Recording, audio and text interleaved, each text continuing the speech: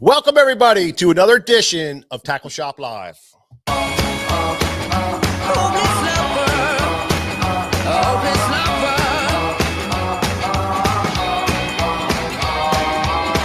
met you on a sunny day.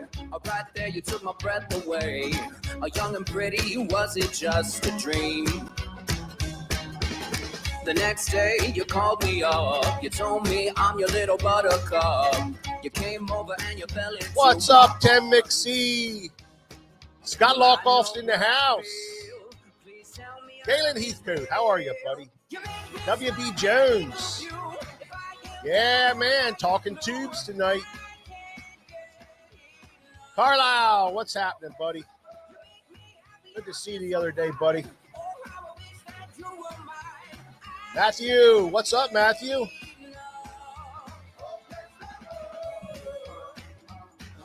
Yeah. Sam and Sam's in the house. Up all soaked in sweat, weird chills running down my neck. I'm going crazy from just the thought of you. A long blonde hair and your beautiful smile. That's right, Sam. Love throwing me some tubes, absolutely. Michael Bradley's in the house. Breezy Flyer. All right, man. Right on. Get that garment out there and see what you can get. That's right, man. Stephen Daniels here. James Frady. John, how are you, buddy? Tommy, how are you, pal? Mike Hayer's in the house. Yeah. Got a big old crew tonight. Good to see everybody. Appreciate everything. Kirk's here. Stephen Daniels here. Ed Ranowski, how are you, Ed? Joseph Cascarino, what's up, brother? Man, we got a great show for you tonight. Conway, how are you, pal? We are going to talk old school tubing. That's right. We're going to do some talking about some tubing tonight. And it's one of my favorites, favorite ways of fishing. And, it's kind of the lost bait. Guys are kind of slid away from it a little bit. But let me tell you, it's a fish catching machine. We're going to spark your interest back into it again. It is something that, with not a lot of guys throwing it, it's a great bait to toss out there, show them something they haven't seen for a while. So we're going to get into a lot of that stuff and talk about rigging and colors and sizes and shapes and how we fish it, all the different ways we fish it. We fish it tons of different ways. So we're going to get all into that tonight. But today was supposed to be a fishing day for George and I, but we didn't make it. We were going to, in the morning, we decided we were going to get up early and work on the Skeeter and put in a brand new lithium battery and get that thing stacked in there. And one thing led to another. Of course, it wasn't an easy job. Nothing worked out. I mean, the bolts were too short. I had to go get new bolts, and then just trying to get all those wires on those boats and the way that those lithium, have to screw down from the top. And it was just a nightmare. It was an absolute nightmare, but we got it all worked out. Got our new lithium in the boat. It's ready to roll. It's a big son of a gun. So hopefully we won't have any power problems ever again. You guys should be rigging pros by now. I'm telling you, man, we've been going through it with these boats this year, man. What's the biggest thing you've learned with it, Mike? Well, I mean, when you're dealing with batteries, and all your wires and stuff, that's the biggest problem is stacking all those wires on there. So, we used a lot of zip ties to zip tie each terminal together. So you didn't lose one, and you didn't, you didn't have one slide off to the side and then put it together and find out you didn't put the right one on there. So, you know, the big thing I learned today was taking your time, just being real slow with everything and making sure you got everything right. So you can do it once and you weren't having to tear the battery back out or tear all the things back off again. And I mean, there's a million terminals in these boats. I don't even know how in the hell they float, honestly. I don't. There's a million things in those, but I mean, power poles and chargers and graphs and wires to every graph and bilge pumps. And it's crazy. You know, that's a good tip though. If you're keeping your boat for years, yeah. You know, you're gonna have to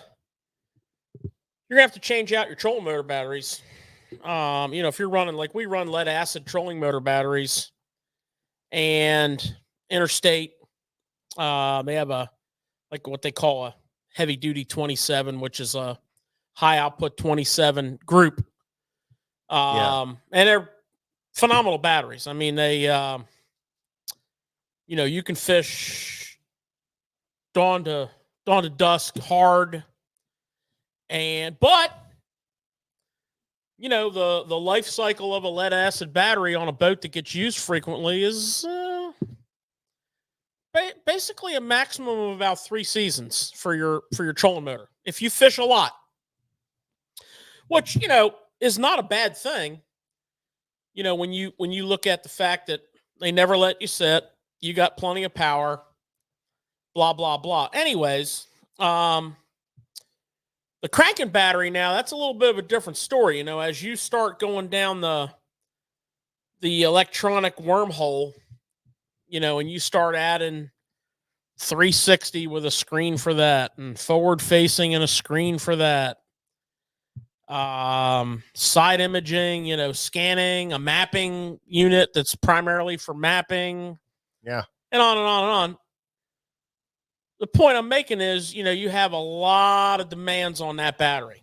You know, so if you have the room, you know, a very common setups like 231 AGMs parallel, or in series, I mean, I'm sorry. But anyways, the tip that Mike said there, he kind of glossed over it. You know, when you're changing one battery to another and you take all those wires off of that positive terminal or that negative terminal,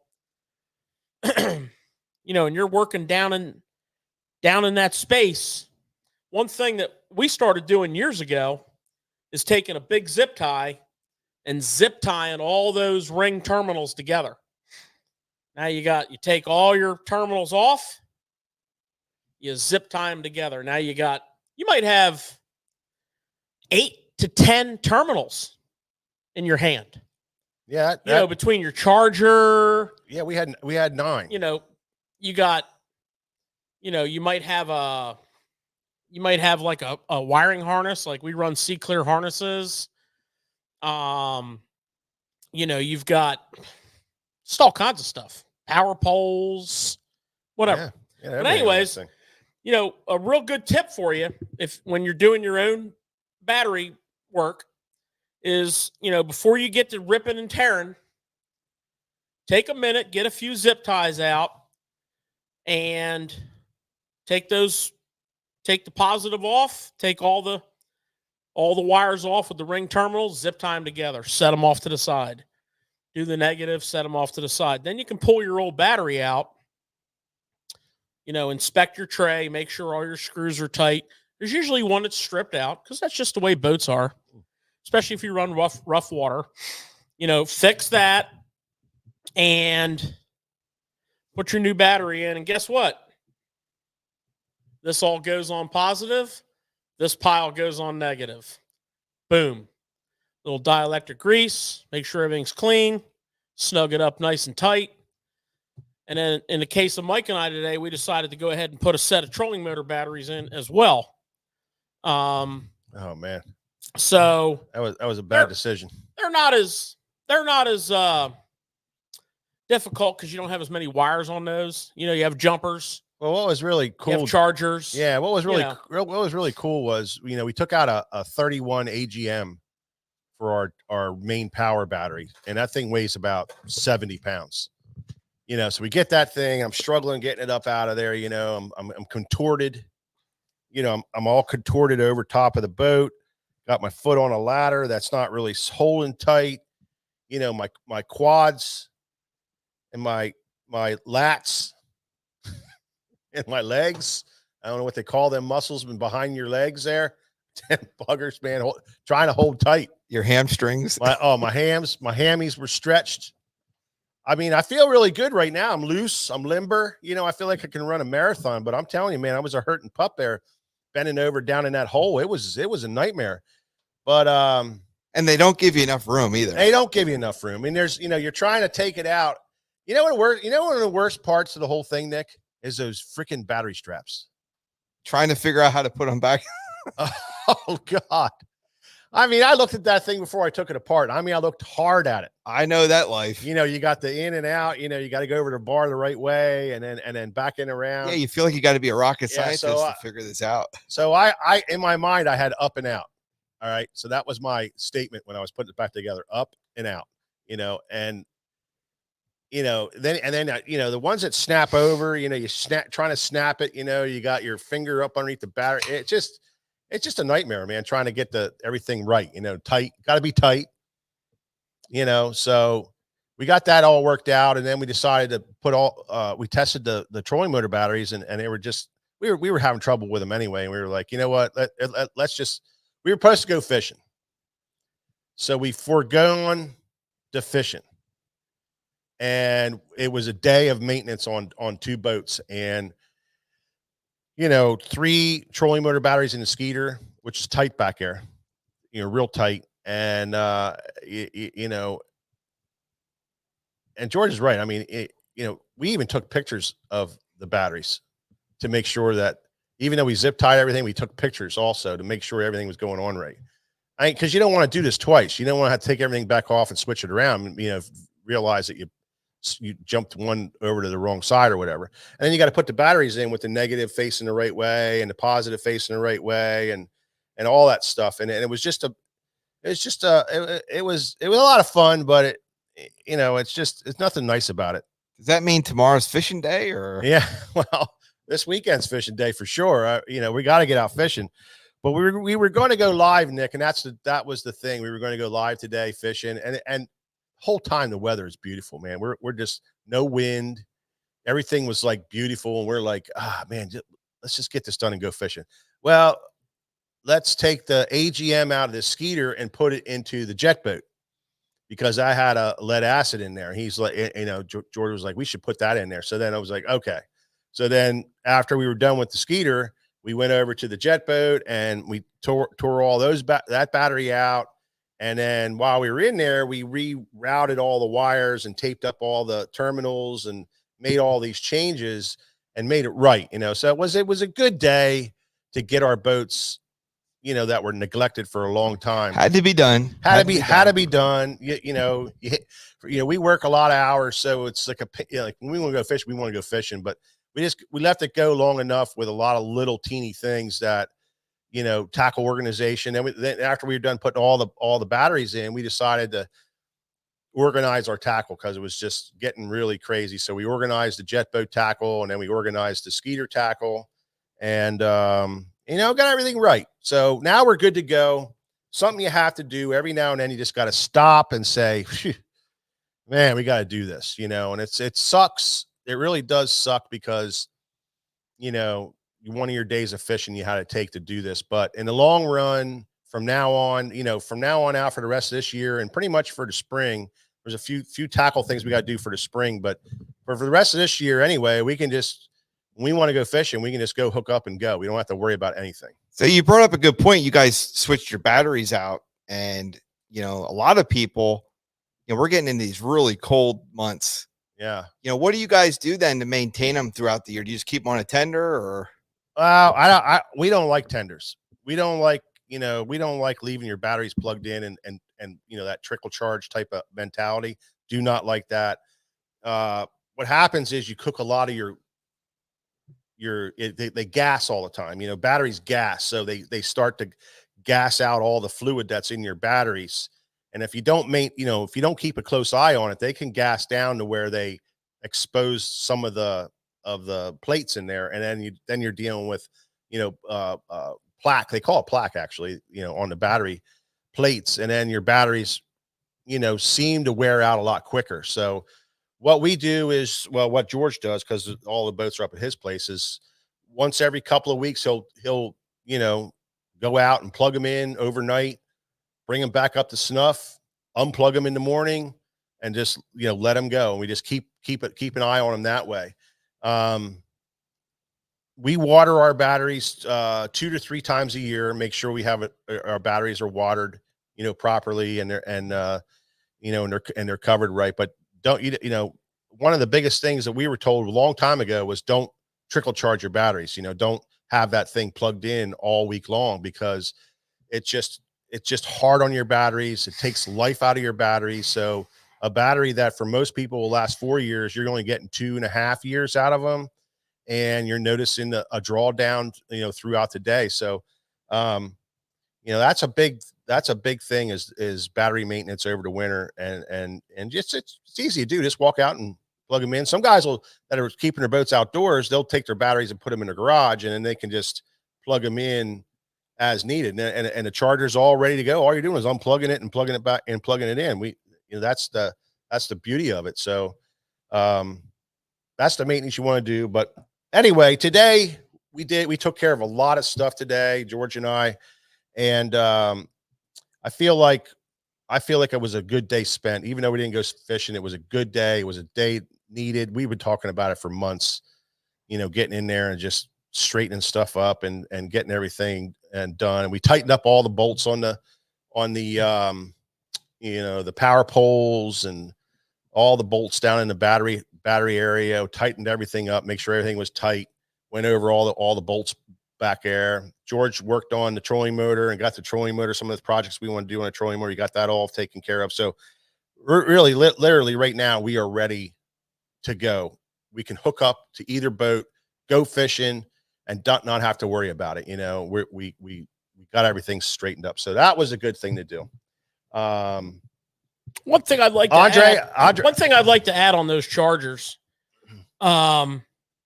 So pretty much everybody's running a modern day, like a Minn Kota charger or whatever other brands are. We're big on the Minn Kotas, but the way they operate, and it's important to understand, is they turn on. If you leave them plugged in, they turn on. They top off the battery, and then they turn themselves off. And when they turn themselves off, it trips a timer. And when that timer trips again, they turn back on again. So it's just this rinse, wash, wash, rinse, dry, repeat cycle. The biggest, and they're not, and that cycle, that particular type of cycle won't hurt your batteries. But I like to say I've never seen a battery charger short out and burn a boat to the ground that was unplugged. And I saw some boats get burnt to the ground. I saw Woo Dave's boat one night melt into a parking lot because of the charger. We have a customer of ours that comes in here who burnt his whole house down because of his charger. It wasn't his fault. It was the charger's fault. So, we're real like, when the batteries are done charging, unplug them. And that's just kind of like ingrained right here. It's like, check your lights. Boom, boom, boom. They're all green.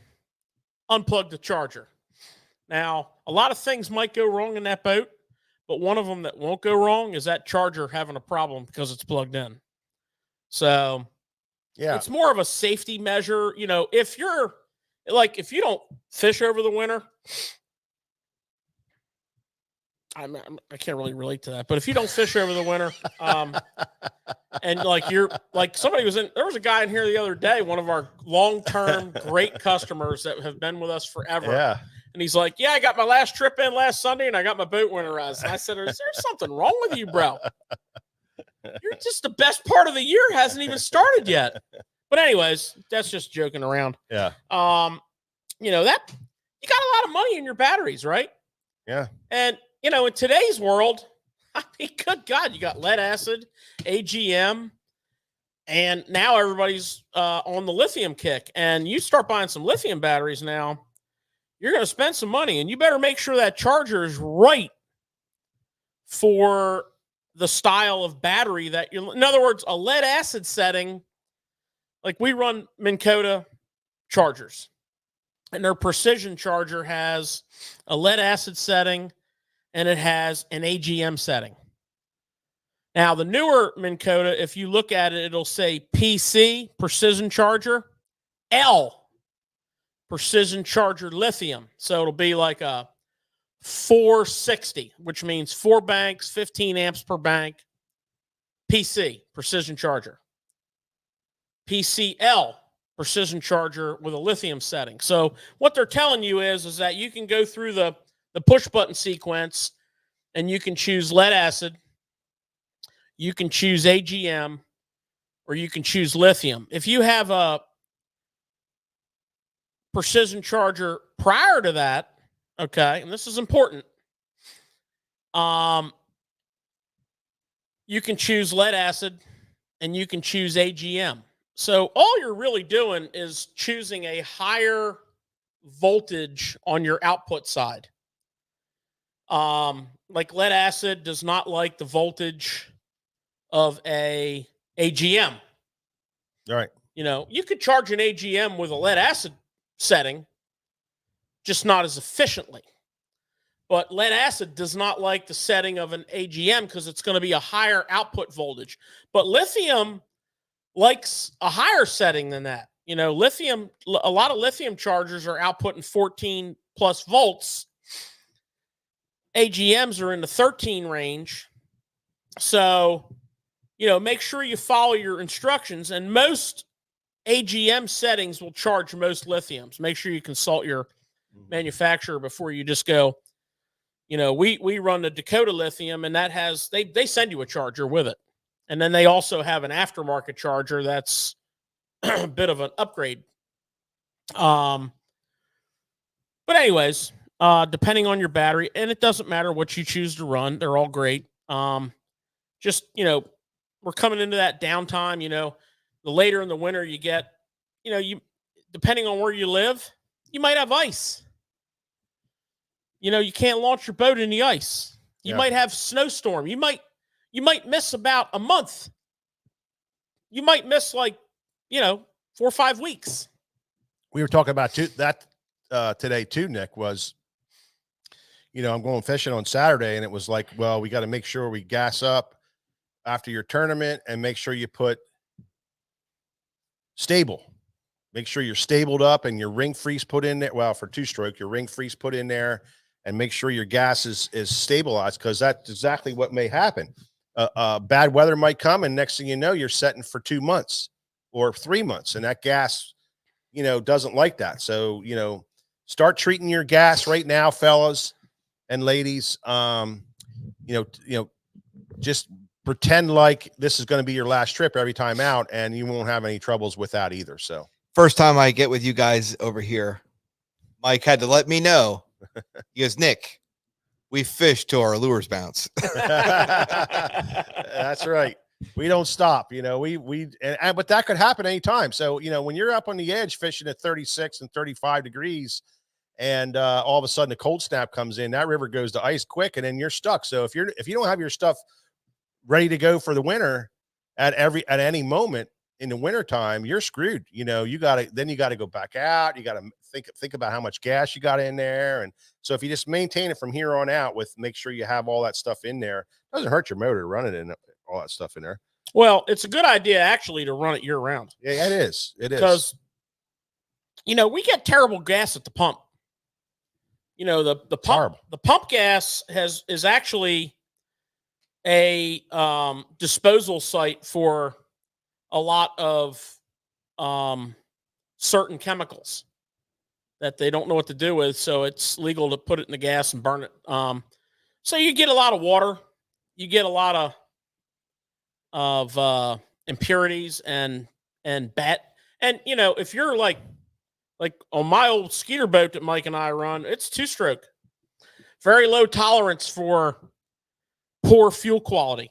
You can blow that sucker up by not following strict guidelines, you know? Yeah. Like I'll tell you one thing that happens a lot this time of the year, you got to be careful. A lot of these pumps start switching over to E15, you know, which is 15% ethanol. No outboard motor will run on that, and no warranty will cover that. So, you know, they put a yellow sticker on it. They usually put a different color handle on it. But, you know, get yourself in the habit of when you pull up to the pump to read the sticker on that's on there next to the handle to make sure it's 10% ethanol gas, or if you were fortunate enough to have a station with no ethanol. Yeah. But don't put 15 in. Yeah. You'll have your stuff all blowed up. Yeah, Matthew, I love to smell 2-strokes in the morning also. Absolutely. The blue cloud. The blue cloud. Love it, man. I love it to death. But yeah, I mean, you know, so that's what we did today. And these are the little tips that we like to pass on as we learn them. Somebody asked about a tackle organization show. We definitely want to do one, and our boats are in need of a tackle organization. So, you know, I just got to figure out how to get to all the equipment up to our garage and get the lighting up there. And we need to go through, you know, what we do with our tackle, because today we were just, you know, from robbing Peter to pay Paul to go in the jet boat over to the Skeeter and back to the jet boat over to the Skeeter. We decided to make up some boxes that we knew that were always traveling back and forth. So we made them up and got them in the Skeeter to stay.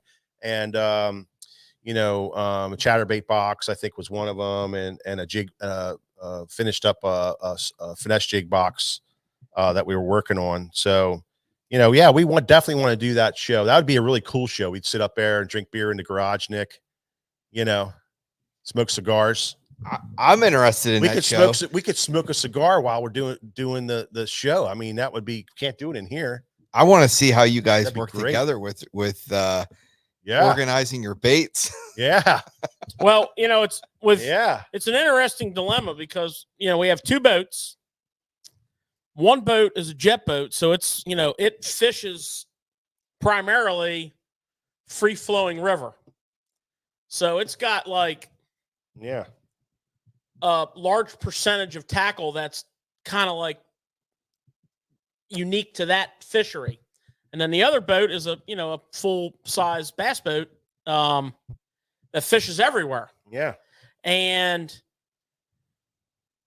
sometimes it's easier just to swap some tackle back and forth. The boats are literally parked side by side in the garage, so you can literally jump from one boat to the next.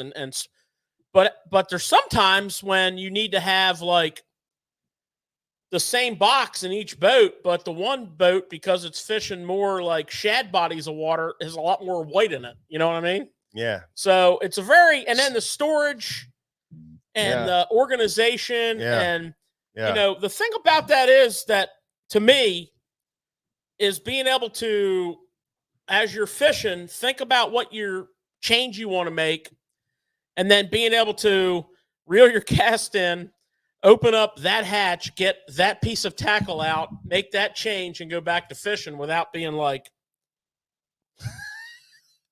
And that's how that's how our boats are laid out. Our boats are laid out like, you know, we know where everything is, and everything. And there's no right or wrong way to do it. Yeah. It's just from years of fishing together. You know, we understand what works for us. So we'll do a tackle organization show at some point in the future. And it might even be when it warms up again in the spring, you know, where we can bring a boat down here and do it at the shop, whatever, but we will do it. And it's going to be in depth. Yeah. Because it's It's There's a lot to it's it. insane. It's Literally insane. It's a lot to it when you start I thinking. mean, it's literally insane. Terminal tackle, Carolina rig stuff, all the different swivels and terminal that you need. It's just a lot of stuff. So yeah, we'll definitely do it. Michael Bradley, does the jet drive get the same fuel economy as a prop?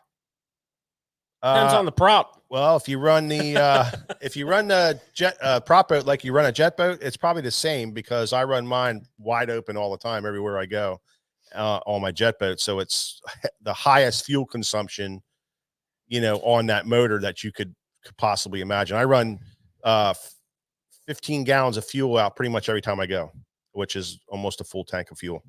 So yeah, we burn through some fuel on the jet boat. The nice thing about a prop boat is you can feather it back. Well, it depends on the size of the motor too. Like, if you have a jet that has the right size motor on it, when you're getting out of real skinny situations, you can back her back a couple hundred RPMs and cut your fuel consumption down. That's not my boat.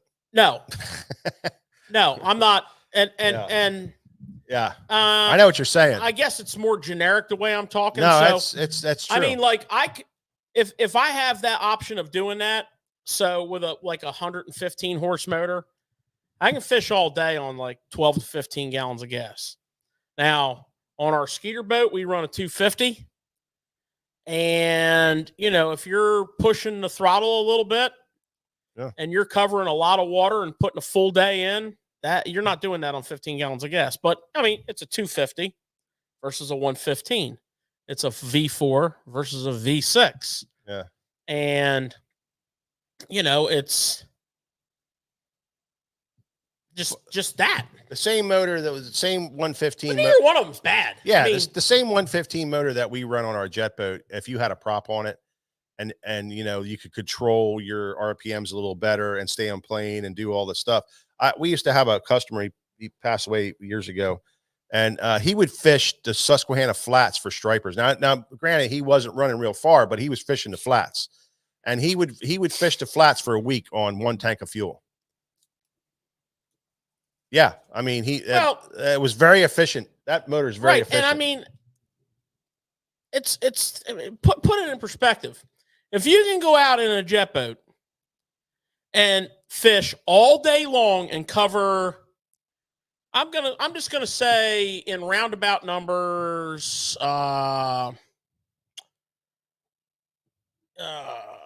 30 miles of water all day and burn 15 to 18 gallons of gas. I don't know about you, but I don't think that's very bad. No, it's not horrible. No. Now, if you keep on your big motor, on your big 250, if you can keep it out of, Top Gun mode and back it off into comfortable cruising mode, Nick Wink mode, you can fish quite a bit. I fill our Skeeter up. It holds 50 gallons of gas. I mean, we normally fish 3 days, and not counting a tournament, but just fishing. We normally put 3 trips in without refilling. Yeah, that's true. But then it takes 50 gallons. Well, and one thing I learned too, and George and Mike, I know you guys know this too, but if you're going to go to the big lakes, be careful where you ramp from. Yeah. Because you don't need to fly. Like, just because you're having a tournament out of this ramp, doesn't mean you need to go out of that ramp. You can literally go at the other end of the lake. You can go launch around all over. And that'll cut down your gas too, because I'm telling you, like Lake Champlain and all that, you can go through some gas. Well, that's a different game there. Yeah. When you start getting onto Lake Champlain and the St. Lawrence River and Lake Erie, it's go fishing. And then on the way back to your house, stop at the gas station, fill everything back up again to go fishing again the next day. It is expensive. But it's a bigger body of water. It's expensive. George was fishing BASS for a couple of years, and I was back here in the shop, and my job at the shop here is on the financial side of things. I take care of all the books and the checking accounts and take care of all the expenses and expense accounts. And so George would go on these trips, and one time he went to Lake Erie for for a tournament, and he went 5 days out, 5 days for the tournament. So it was 3 days of practice and then 2 days for the tournament, or I don't know how they went, but it was 5 or 6 days of fishing. And he would come home, and then the credit card bill would come that next month, and I would just like, my jaw would go, and I'm like, bro, what in the hell is this? He's like, well, some of that's truck fuel traveling out there. And I'm like, no, nobody burns through that much fuel in 5 days. That's impossible. He says, well, I was running to Pele Island, and I was running up over to the Detroit area, and then somebody told me about this spot down towards Erie, and I'm like, he said, you got to check it all, brother. I'm like, so the fuel, you got to pay to play, baby. The fuel is real when it comes to bass boats. The fuel is real, Nick. Period. Back in those days, we had a good buddy of ours that we traveled with, who is no longer with us, but we fished many a tournament together. And every year in the spring, early, his business, he had a stake body truck, and he would ride down to I forget the marina he was going to, and he'd get a 55-gallon drum of Yamalube. Yeah. And we would split that. Yeah. And we burned on top of that. And then it was like free will, because it was a 55-gallon drum. We burned 55 gallons of Yamalube a year. So it was like, they would go in and just pump this oil like it was no problem. And I remember that year we had George had a 225 Skeeter with a 225 Yamaha OSP or something like OSX. that. OSX. And Bruce had the same boat.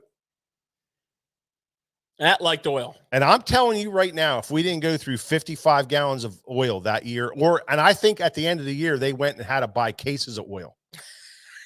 That motor was the worst motor ever built. Yeah, but it ran forever. For oil consumption, but it did run forever. Because it burned so much oil. Yeah. It was well lubricated. And who said that about I like the smell of two-stroke in the morning? That sucker would put out a blue cloud every time, man. It was just, it's just neat to. Nick, back in those days, I had the need for speed. I had the hot foot on me. And I always had my motor set up that I could turn like 6,000 RPMs. Because the Yamaha service guys, at the trucks, they'd be like, what are you running? What are you doing? I'd tell them, they go, oh, no, we got to make some changes here. I'd be 6,000. Or he said, just put that thing down and let it eat. That motor likes to turn. That motor likes to turn 6,000 and let it go. So, that had a lot to do with the oil and the gas. But I'll tell you, you could get from Cleveland to Pele Island real quick on a flat water. Oh, God, I know it. Trust me, I seen it in the fuel bill. Yeah. All right, enough of that chit chat. Well, it's good to have a little chit chat. Yeah. So I appreciate everybody stopping in tonight. We have a nice crowd. If everybody would just hit their like and share button on their whatever platform you're on, share it with your friends, like it, comment. That would help us out a bunch. We're trying to get to 300,000. Yeah. Yeah. Our buddy Dave Mercer just got to 300,000. Yeah. So we want to go 300,001. Yeah, we gotta catch up to Mercer. So we got a long way to go. We want to pass them. But I think you guys could help us out with that and get all your buddies to like and share, and one of these days we'll get there. But anyway, we appreciate everything you guys do. And for all you guys that are new on here, my name is Mike Acord. This is my brother George Acord, and behind the camera is cameraman Nick. And this is Tackle Shop Live, which is every Thursday night at 7:00. You will find us here with some kind of topic and some kind of chat that you will enjoy, all fishing related. Also, we may stray too. Yeah, we stray. Trust me, we stray. This is America. We can do whatever we want. Yeah, you'll get some of that too. And we also are owners of sfttackle.com, which is our website that hosts all of our great tackle that we have here in our shop, our brick and mortar store here in Columbia, Pennsylvania. So whether you want to stop in here, you're close enough to get in here and see the shop, or if you're out of driving distance and you need some stuff, you can go to the sfttackle.com and stock up your tackle boxes And talking about tackle, we have a great section of this show we like to call Tackle Talk, and we're going to get into that right now.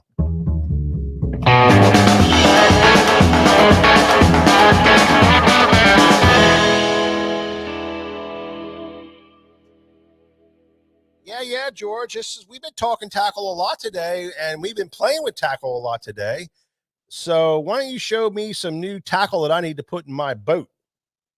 Oh, I got some for you. Yeah, I figured you did. I got some for you. Oh, can you give me 1 second? I can. Mike Barr is on here. Mike, how you doing? And I am sorry I wasn't here today. I told you I was going to be here, and for you and Walt to see you guys, because you got drive out from Maryland. We appreciate it. But we got involved with this thing. We had a chance to go fishing, and I am sorry, buddy, because I always love hanging out with you and Walt, and so does George. So we'll catch up again next time. But we sure will. But thanks for being here tonight. We sure will. All right. So what I got for you is I got a couple items from the 6 Cents Company. And they make some nice tackle. They have a little bit of something for everybody.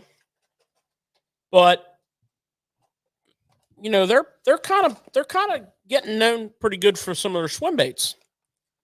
And this is probably one of their most popular and a good running bait. I know you and I fish it. Yeah, I love it. This is called the Flow Glider. The Flow Glider. Come on.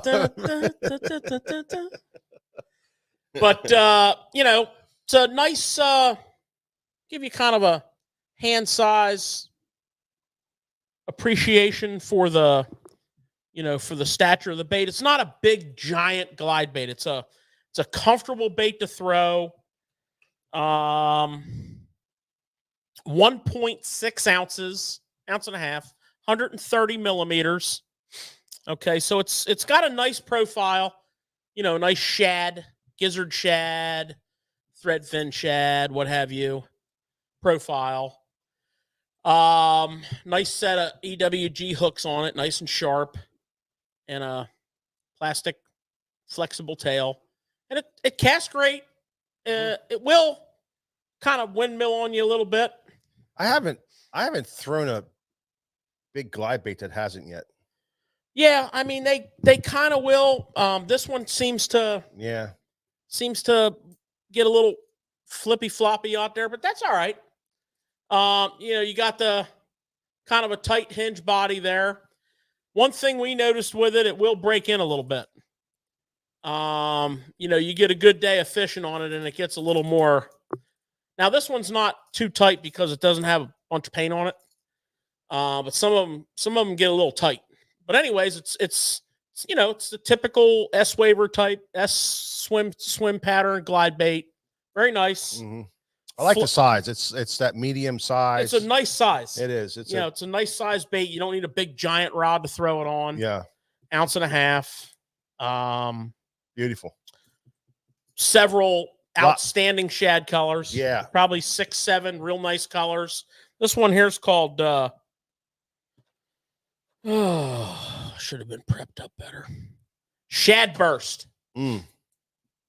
You know, so you have the olive back. You got the little purpley kind of shad tint to the belly. Little reflective side. I noticed with this one out in the water, you can kind of see that flash coming off of it too. Mm-hmm. Nice bait. Yeah. Nice bait. Yeah, no doubt. Nice bait. We really liked it and caught some nice fish on it so far. Speaking of glide baits, Nick, funny story real quick. We were sitting in the boats at the shop and I was tying on a Spro KGB and was tying this on this rod. George goes, you know what? You know what was the pro's name, George? Carl Jakobsen. Mm-hmm. You know, Carl Jakobsen wouldn't never throw one of them without quad treble hooks on there, or quad hooks on there. I'm like, I haven't seen quad hooks around forever. He says, yeah, you can't really get them anywhere. He's walking away from me right over to his wall.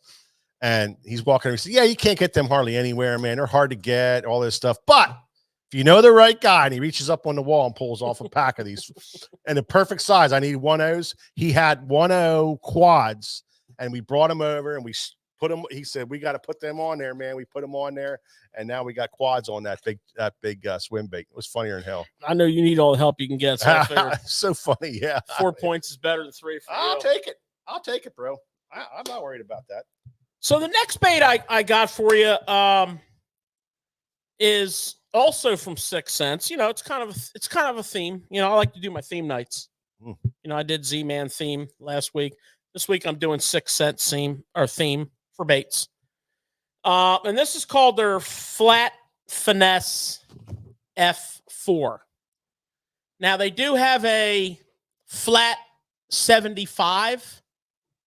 That is probably the best flat selling bait that they have. It's been a yearly bestseller in the cooler months here at our store. But this, and you know, the word finesse, you tend to think little crankbait. This is a standard size, and again, we'll do the hand presentation there. You know, this is exactly the same size as like a 1.5 square bill body size, but it's got all the right stuff. It's got the circuit bill lip. See that, Nick? It's got the oval split ring, and I really like the oval split rings on my baits because it's so hard sometimes to tie them on. I hate it when the knot gets down in the split.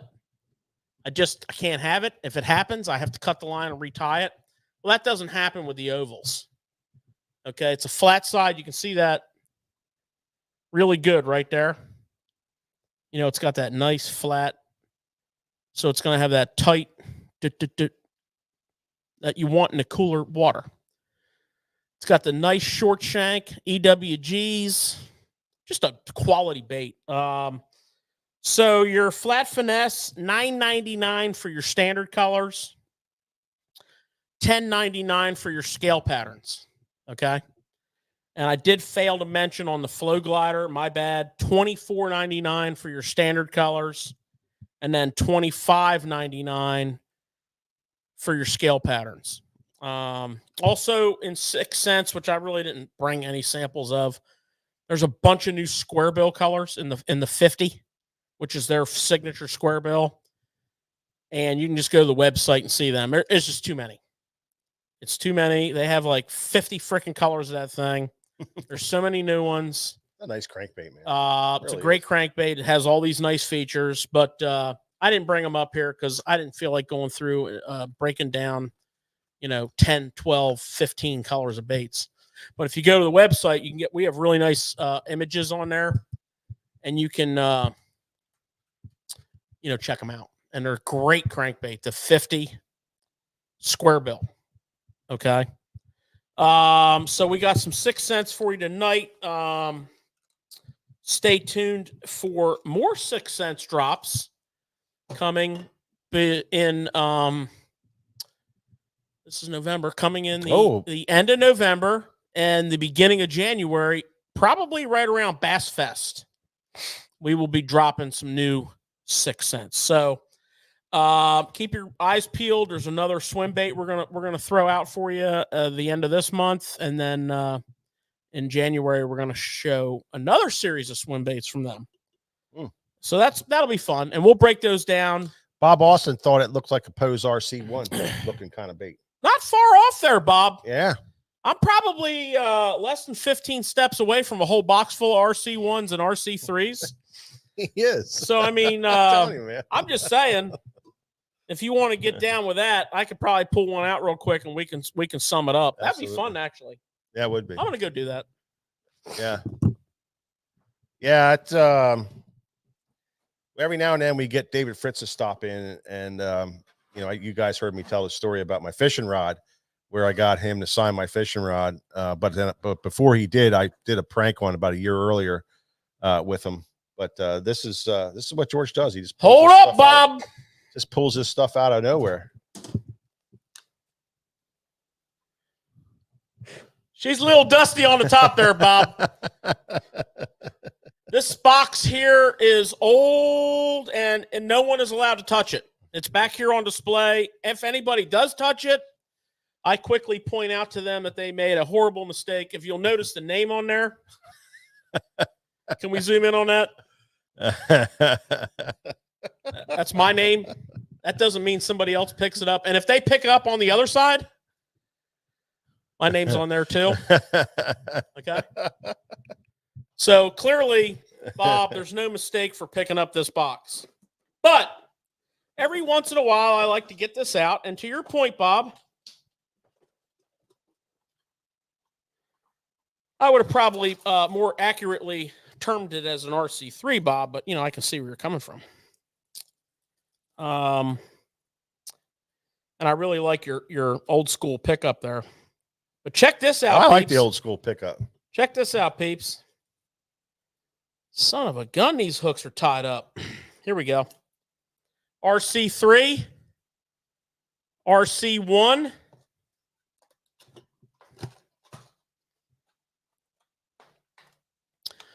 and if anybody is feeling a little sporty, other than Bob, because he knows, and wants to take a little guess on what the RC stands for.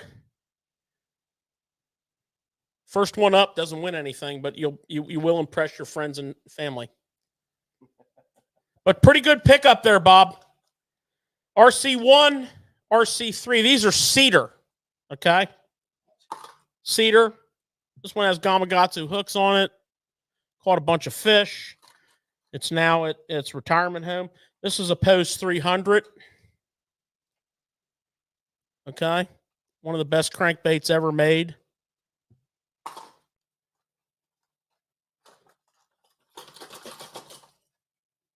Okay. What was the other one they made? Stand by. Check this out, guys. Side 2. Post 400. Probably one of my all-time greatest ever deep diving crankbaits from back in the day.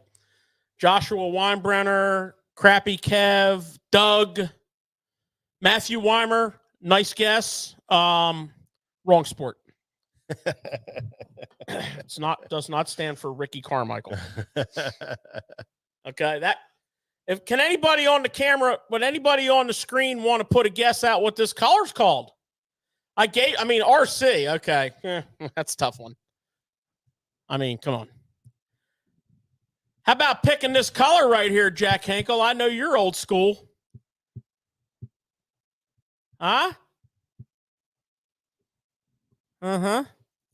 Didn't think so.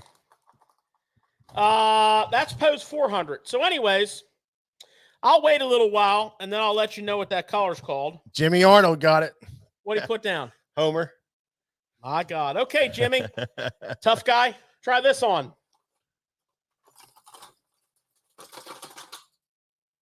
Knit. Try guessing that one, peeps. Homer stripe. Oh, Jimmy got that one dead nuts. Yeah. No one's getting this one. Okay. All right. We'll give you a minute to coagitate on that. And then this one here. Clark Gable. Who said that? St. Cress. My man. St. Cress is a warrior. He is a warrior. He's old school. All right, St. Cress. Tough guy. See what you think about this one. Oh, shoot. I know that one. I'll give you a hint. Rolling the clock back tonight. Oh, geez. I'll give you a hint. In Strike King, it's the name of one of Kevin Van Dam's favorite colors. St. Cress, man. He killed me with that. That is spot on. Not very many people are going to get that. No. All right, so that's that one. You guys can think about that. Sugar shorts. No, that's not. I feel like I'm at my Lisa Lake got it. Carp. My God, these people are good. Mark's got it. Very good. He's from old school. Very good. Look at them cobwebs all over me from that box. That was just a ride back in the old time machine there. Spurred on by one of your comments. Had a lot of fun with that. Yeah. We got Jimmy Arnold, St. Chris. Well, the funny story, Joshua Weinbrenner and Lisa Lake. Yeah. Don't wait by your mailboxes because there's no prizes coming out, but you do get a howdy doody. Funny story about that box. When David Fritz was here, because he was the designer of that crankbait. He said, let me see that box. And he's in there and he's throwing them up on the counter. That's junk. That's junk. That's not a good one. Oh, wait a second. This is a good one. And he put that off to the side. That's not a good one. Oh, here's another good one right here. Oh, here's another good one. And we were like, what the hell are you talking about? And then he explained, what the shape of the lures, does, the different shapes, because they're all machine cut. They're not all perfect. He said there's about, what we say, about 30% were. Yeah. The roundness of the tail was the way the tail would go in a circle on the retrieve was his most desired effect. Yep. The certain size. And and once he showed it to you, you were like, get the hell out of here. Cause one was bigger than the other one. And he would show you which ones were the good ones. And it's pretty cool. It was pretty cool. Good stuff. Well, boys, we have had a couple twists and turns on the road tonight, but we did promise tube talk. A tube talk. And that's where we're going to go. We are. I would like to mention two more quick hot little items for you. Just a minute of your time. And then we're going to get into, I'm talking a whole book full of tube notes. Okay. I got two cool rods in that I've been waiting on since iCast. They're two models in the Zodius line that are absolutely spectacular. Mm-hmm. And I want to show you this casting rod first. This is, I would have called this rod the Swiss Army knife. Okay. This is a 7.3 heavy. A 7.3 heavy. It's brand new model in the Zodius line. I know you're thinking, there's already 25 models of Zodius. Can we have? Yeah, we can have more. And there's 3 new models. This is one of them.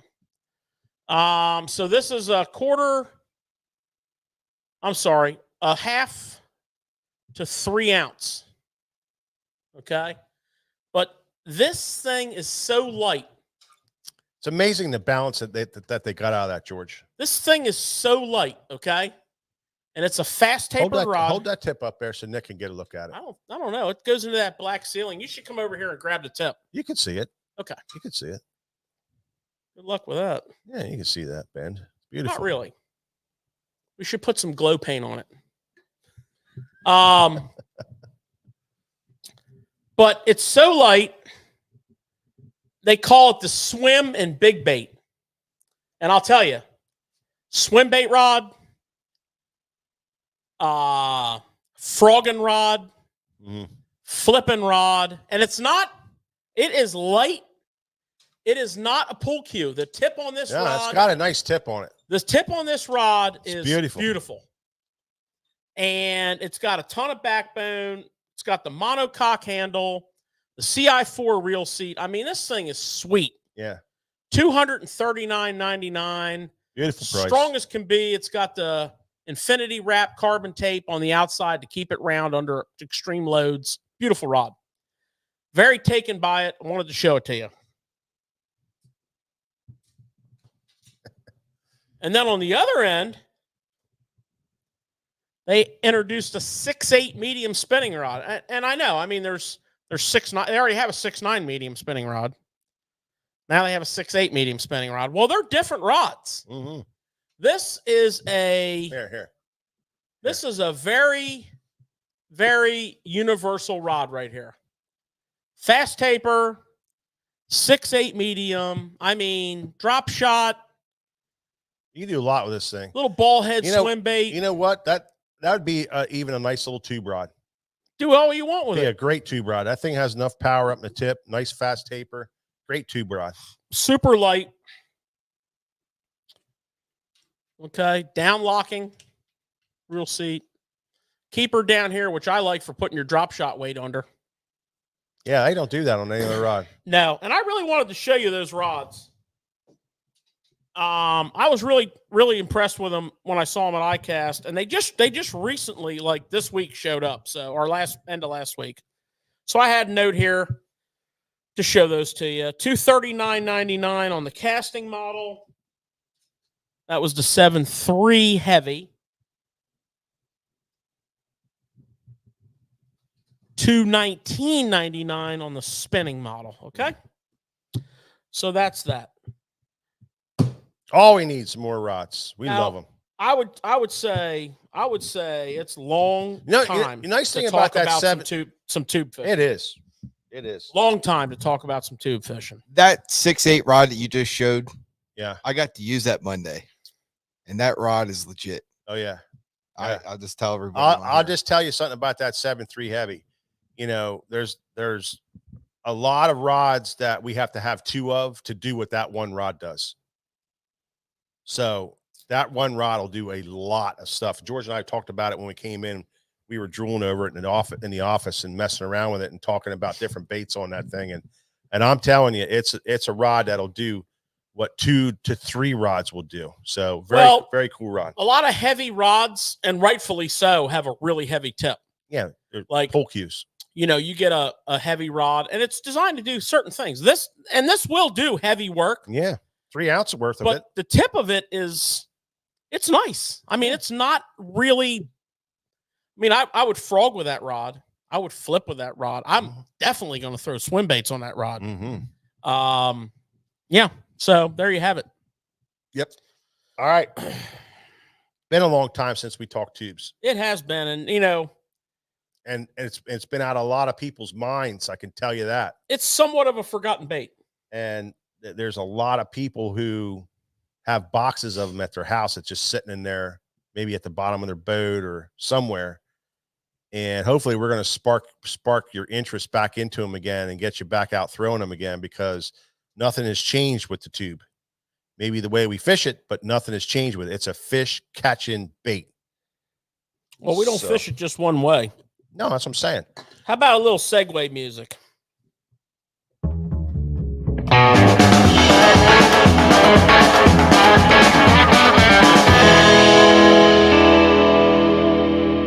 I like that song.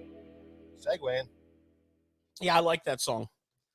Yeah, so, you know, we had a little meeting the other day and we went over, like, you know, are we ready to talk about tube fishing again? And yeah, you know, it seems like it's picking up a little. You hear it being said more and more again on the tours. You know, you used to be. I mean, Denny Brower won the Classic on a tube, flipping on High Rock Lake in '93, and that whole era, the mid '90s, flipping a tube was a standard staple item. You know, a black red metal flake tube, you know, black blue metal flake tube on a flipping rod was standard staple deal. And that, you know, that kind of straight from like a lot of stuff, you know, a lot of stuff we used to do. You know, look at the Carolina rig. Carolina rig's having a big resurgence in the last 5 or 6 years. Not that people completely abandoned it, but a lot of people did. Mm-hmm. And, you know, it's kind of like everything old is new again. Well, the tube is picking up where it left off. It is literally a year-round bait. It is. It's literally a year-round bait because there is so many sizes. There's so many ways to fish them. And there's so many considerations that you need to make and know about for different scenarios.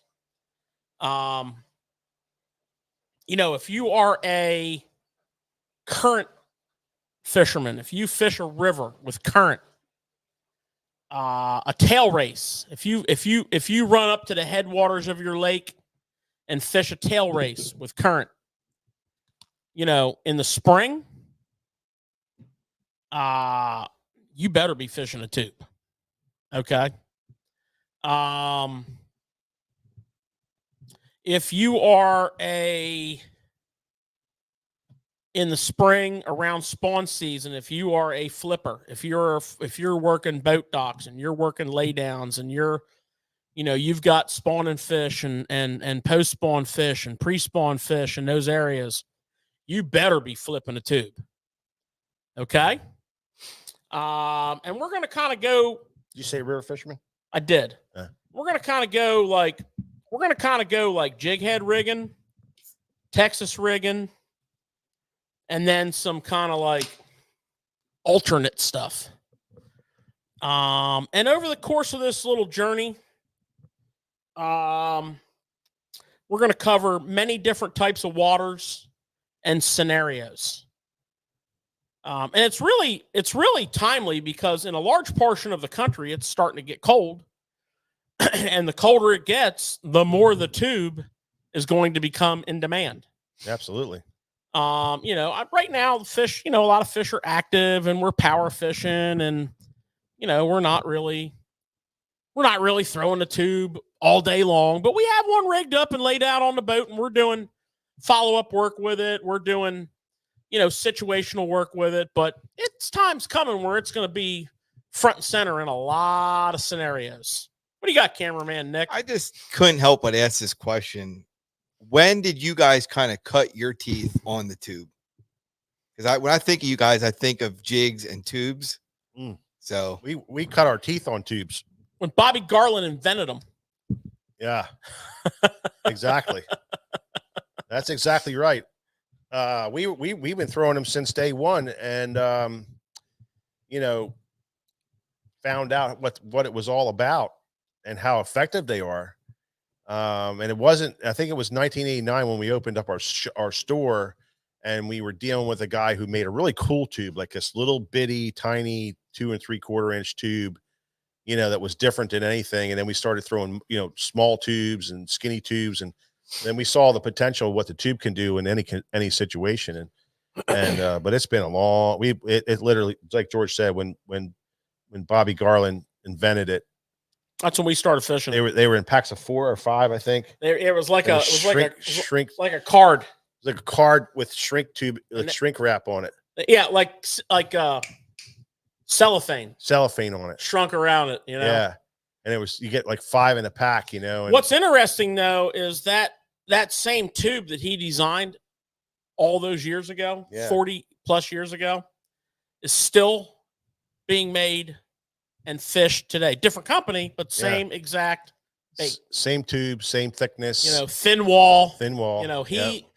He started the tube with the thin wall. And we're going to talk about, one of the most important things you're going to need to learn about tubes, and you're going to learn tonight, is the thin wall tube versus the thicker wall tube, and why one excels over the other in certain circumstances. Sometimes it just doesn't freaking matter.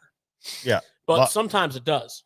Yeah, I would say there's a lot of times where I think length matters more than the thickness of it. Yeah, we're going to talk about there's that. There's definitely a time. Oh, trust me. When the old school, there was a company that we sold for years that made their whole career on that thin wall tube. So we'll talk about that. So jig head rigging.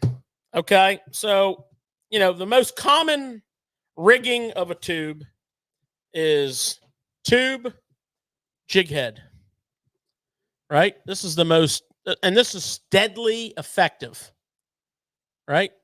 This is a Trocar wide gap. It's called a weedless, which in a minute or two I'm going to show you why this has been made. But you can put anybody's jig head in here. You can put a ball head jig in here. You can take an SFT ball head jig and shove it up inside your tube. The important things are in jig head rigging, 3/0 hook. Okay, you want a 3/0 hook when you slide a jig head up inside your tube. That is the most basic tube rigging technique known to man. Now, typically speaking, I'm not going to use this kind of jig head for that kind of rigging. There's nothing wrong with it at all. It's a wide gap hook. It works great. This is a trocar. Here's a big bite bait. Gamakatsu wide gap hook. Right, Very Gamakatsu wide gap. Where these kind of heads shine is in a technique that's called the stupid tube, but it's a jig head tube. So in stupid tube, which is a weedless presentation, one of several, it's very easy to rig. It just takes a little bit to kind of get used to it, but you need a wide gap hook.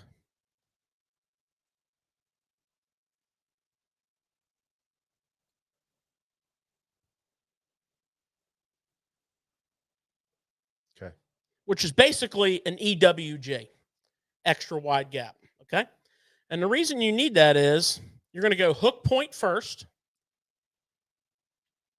Now, you want to come back a pretty good amount. Like if you can picture the size of your lead head from, let's say you want your eye to come out. You're never going to come out the end. So your eye's going to come out here. So kind of picture where your lead head is. That's where the hook point's going to come out. Okay. Hold it up there again. That was too quick. There you go. We good? Yep. And then we're going to pull that into that point. Now that doesn't look quite right. Right? So we're going to kind of start rotating this. And when we get to here, we're going to bend our tube. Our hook's going to go through right here. Right? We kind of eyeballed that up first. And we want to go at a 90. So we're going to bend our tube, bring our hook through at a 90, continue our tube head rigging with our Texas rig style, punch our eye through. Now we're weedless. And then you'll see why that point kind of goes down like that. So that's another internal. But what happens when you put a jig head into a tube? Here's another one. Here's another one. So this is interesting, but it's going to do kind of the same thing for us, but it's a Kraken head from Strike King. Big diameter, right? So what's this going to do for us? It's going to do kind of the same thing as all jig head rigs do for us. Right? So this one we're going to rig up. Same as we did before. Okay. Nice and straight there. Punch the eye through. But you see how it kind of bulges that head out. That's a big Great Lakes thing with the goby look. Plus, putting the lead inside the tube, when it falls, it causes because the lead's back inside the tube, it's not all the ways out front, it causes the tube to angle and spiral. Spirals, angles, right? That is the advantage of a jig head inside of a tube. Disadvantage, getting snagged. But if you're fishing like sandy bottoms and places like Lake Erie, a lot of like northern fisheries, you don't get snagged a lot. If you're fishing, like lay down trees and gnarly rock, you can do the stupid tube. It's good for grass too, like isolated grass clumps. Popping it through a grass clump. Pull it through grass and stuff. It's nice for that. However, and you get a little different fall out of it too. Really spirals in that spirals a stupid lot. tube. Yeah, a lot of spiral with it. However, we are very firm and staunch believers in weedless tube head that is under our company name. It's the SFT weedless big hook tube head, 3/0 hook, wire weed guard. Okay. This is another way to make your internally jig head tube rig weedless. Put your wire in. Start your jig head. Now, kind of feel around a little bit, and you'll feel that wire coming through. You don't want it coming through the end. You want it right off the top. Push your tube up on there. Now, here's something I was trying to get to with all these other tubes. You see how the tube body is longer than the hook? So what I'm going to do is I'm going to get this where I want it. I'm going to pop the hook eye through. And then I'm going to take this tube. Show that a little better. Get your fingers off where it's bending up. See how it's bent up like that? That's going to twist your line. So I'm going to take this tube. I'm going to take this hook. I'm going to use this hook to tear this tube until I'm nice and straight. That's a really critical point and rigging up any tube, whether it's a weedless tube or the open hook tube. If you get that bend in the back there, you must tear the tube to straighten it out. It's got to be straight to get the proper spiral out of it, the proper movement out of it. Like this, really critical. Like that Kraken head with the 70-degree eye. It's a flat 70-degree eye. It just, the length of the hook was perfect. We didn't have to do that. But with this, we do. And then we have to kind of work this weed guard a little bit. You got to kind of soften it down a little bit. When we made this head years ago, we found that if we went a little thinner on the wire, like 1/1000 thinner, it was too weak. So any thicker, it's too stiff. So you got to, this is like perfect if you weaken it a little bit. So we like to kind of bend it back and forth, take a little spring out of it, and then arch it so that it ends up in front of the barb.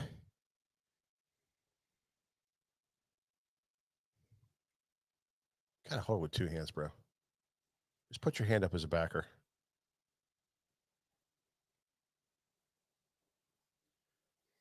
Weedless. So, our weedless head is built with a nice quality hook. It's not the greatest hook out there, but it's a river jig. It's not a jig where, you're going to want to throw a lot of Gamakatsu or extra wide gap or trocar style hook in that bait. Because it's a rock jig. It's made for fishing in rocks. It's made for fishing in ledges. And one thing you do when you fish those is you end up losing a ton of bait. So, we kept the cost down a little bit and went with a Mustad hook on there. It's a 3/0 90-degree eye hook. The wire is critical. We this is like our fourth generation. It took us about, a year of messing with it back in the day till we got the right wire. And this is the perfect wire length, but more importantly, it's a perfect wire tension. It puts the perfect amount of tension on your hook and not being too heavy, and at the same time not being too light. So we nailed it pretty good with that head. So your standard open head, this is a Strike King Kraken. You can use a ball head. You can use a regular tube head. Your stupid rig gives you the internal head, all the benefits of the spiraling fall, but Texas rig. Well, weedless rig. Weedless rig. Now, you can also text pose that. If you hold that hook, okay, you can kind of see that like that and just stretch it a little bit. You can tuck that in there just a little bit. Okay, benefits of jig head rigging, guys. We already talked about the fall. Very spirally, slants off, spirals, swims down, In crankbait fishing, they call it hunting, and it's a big attribute. So that is your number one advantage of internal jig head rigging. Number two, skipping. Being able to skip this thing into places that it just goes like crazy. Under overhanging branches. And I always like that skipping presentation, guys, because to me, That's like when you see bait skipping away from a chasing predator. Mhm. You know, that skipping that up underneath overhang, up underneath the boat dock, you name it. Tubes skip really well. Easy to skip them. Especially with a jig head rig. Now, if you're around cover, go with a stupid rig or a SFT tube head for jig head rigging. Okay, right now we're talking jig head rigging. Yeah, like you know, in the springtime when the water's up high in the lakes, when the water's up high and getting in the bushes on the rivers, I'm telling you right now, the SFT weedless head is no freaking joke. I mean, you can go down a bank behind somebody and use a weedless SFT head and throw it to where nobody else is throwing it, right in the bushes, right in the eddy pocket, and then underneath that water is just all the growth and stuff that just got submerged, and the fish are sitting in there, the bait fish are in there, and that head will allow you to come out through there clean, and you'll catch fish that nobody else is catching. So let's talk about another technique with the open jig head. Let's talk about jig head rigging. You know, we're down with the spiraling fall. We're down with dragging the bottom. You know, the typical tube presentation is like a jig or a worm or anything. You know, painting rocks, dragging the bottom. But, you know, we've all seen Mark Zona's shows. We've all heard about him talk about cracking a tube. You know, you go up north, Clearwater, a lot of places, and what you're doing is you're getting a reaction bite. Okay. And cracking a tube works most of the year. Not a really good cold water technique, but spring, late spring, post spawn, summer, and early fall, cracking a tube is phenomenal. When those fish are out on big flats, you're not really like finesse dragging this tube and just trying to drag one past them. You know, you're casting it out with a powerful spinning rod. And for the most part, you know, you want to fish a tube on a, you know, spinning rod that's got a little oomph to it, a medium heavy, right? But then you're cracking that tube, boom, boom, boom. And then that tube is doing this. And then slanting off, spiraling. You want to go a little heavier on the head because you want to accentuate that fall because it's all reaction. You get those summer, you know, dog days where the bite gets a little stingy during the day, and you're fishing scenario of a flat on a river, or you're fishing scenario of a big, expansive, giant flat on a lake. You know, you're smallmouth fishing, and you're trying to cover water and yet make these fish react, you know, and they're not eating a spinner bait, and they're not eating a top water, and they're not eating a jerk bait real well. Yada, yada, yada, crankbait, whatever. Or is it nada, yada, yada? Nada, yada, yada.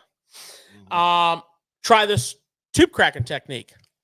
And, you know, if you ever had a chance to watch Zona's show when he does it, man, it's like, I think it's more of a clear water technique. You know, that's what we're talking, like summer. Yeah, you got to have that clear water, but low it's water, like George clear says, water. Those fish could be 10, 15 feet away, and you crack that tube, it can draw from 10 feet.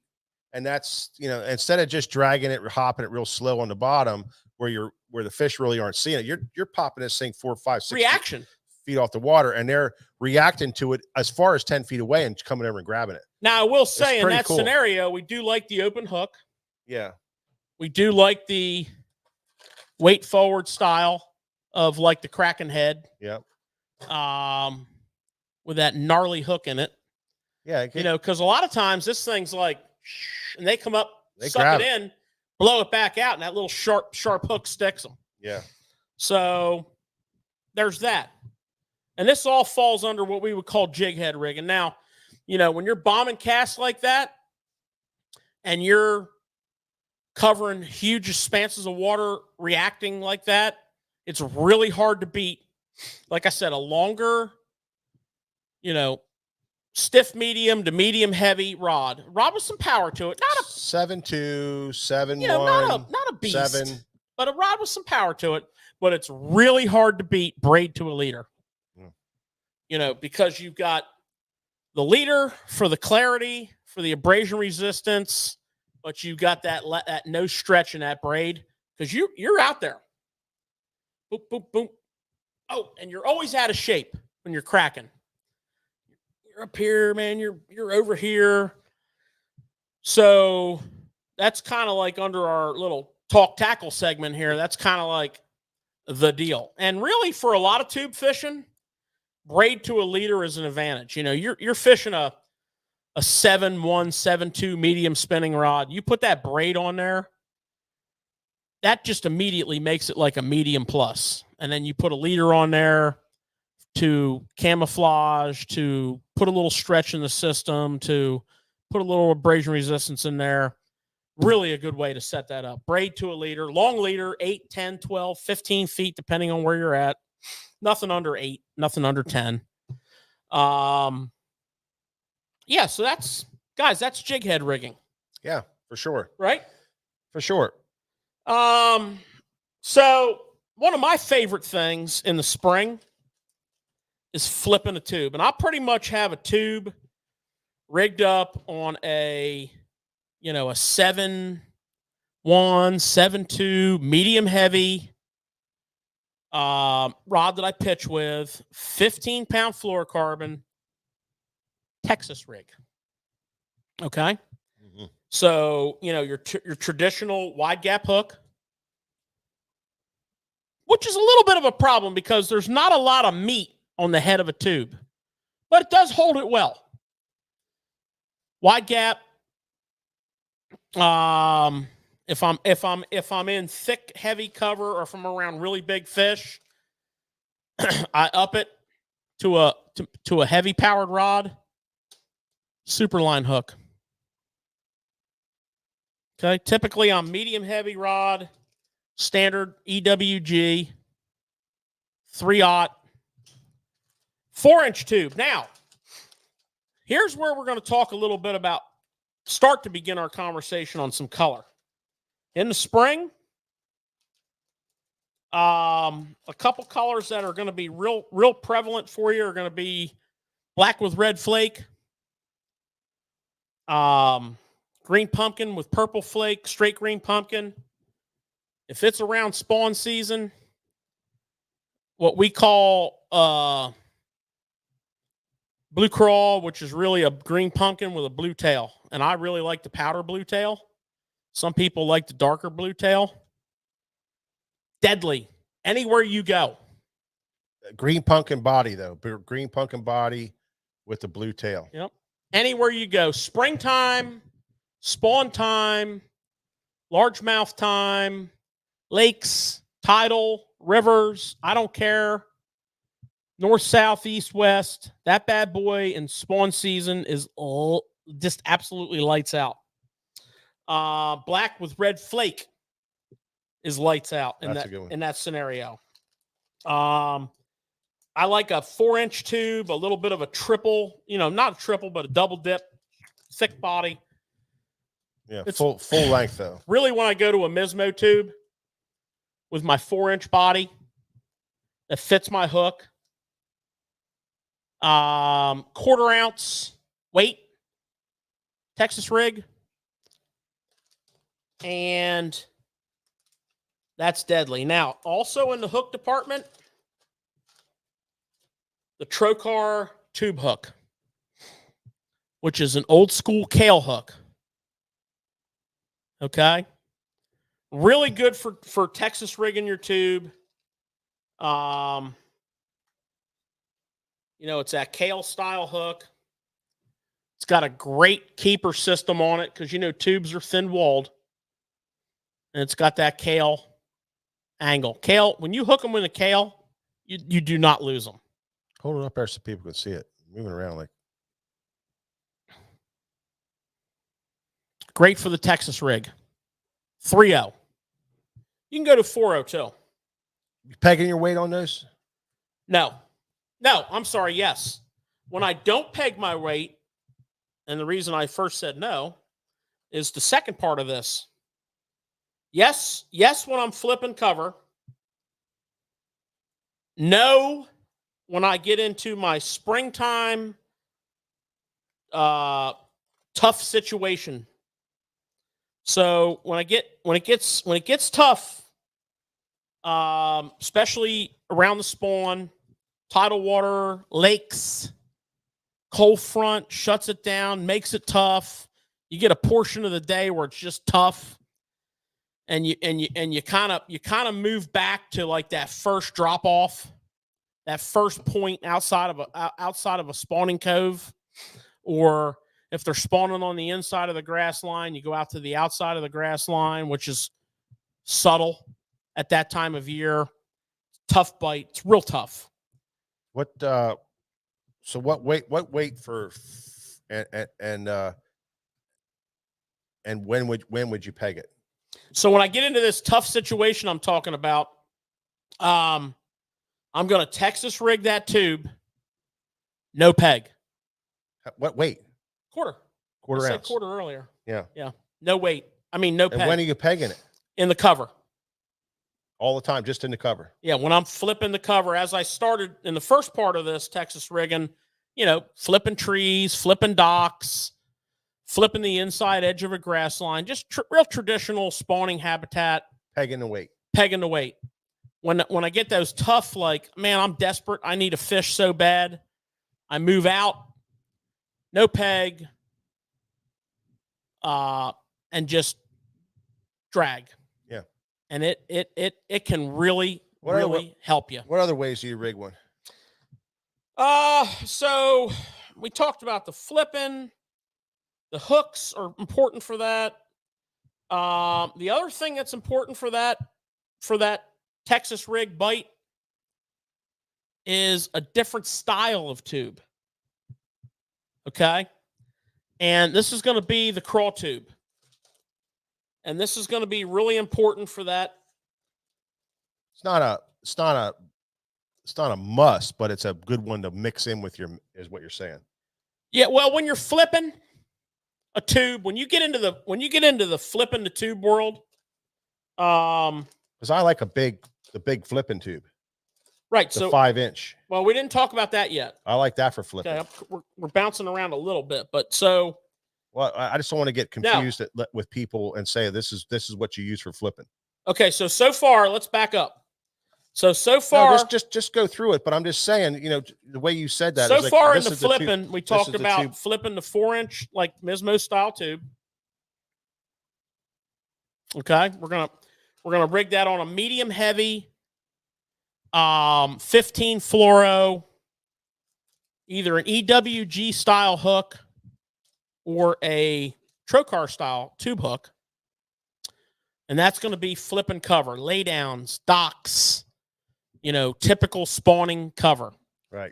We talked about the importance of the 4-inch blue crawl tube. Right. Then the hard bite.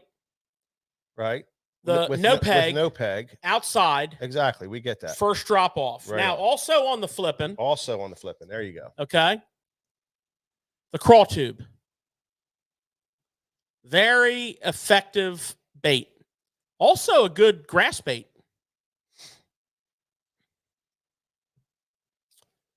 And you can rig this Texas style. This is the Big Bite Baits crawl tube.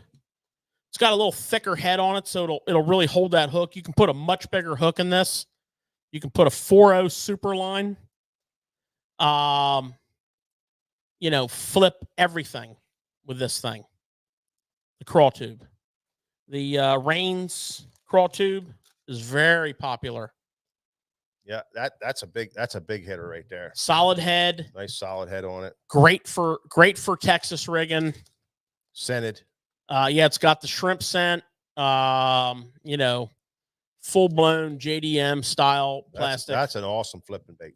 These crawl style tubes are very important in a flipping situation. And you know what's nice about them? We talk about fishing pressure and we talk about showing fish something different. There's just not a lot of people doing this. There's not a lot of people flipping a tube There's not a lot of people flipping a crawl tube. A lot of guys on here aren't going to do it. We're promoting it. I know. That's what I'm saying. They guys are watching this, and I'm still thinking they're not going to do it, but you got to do it. That's fine. Yeah.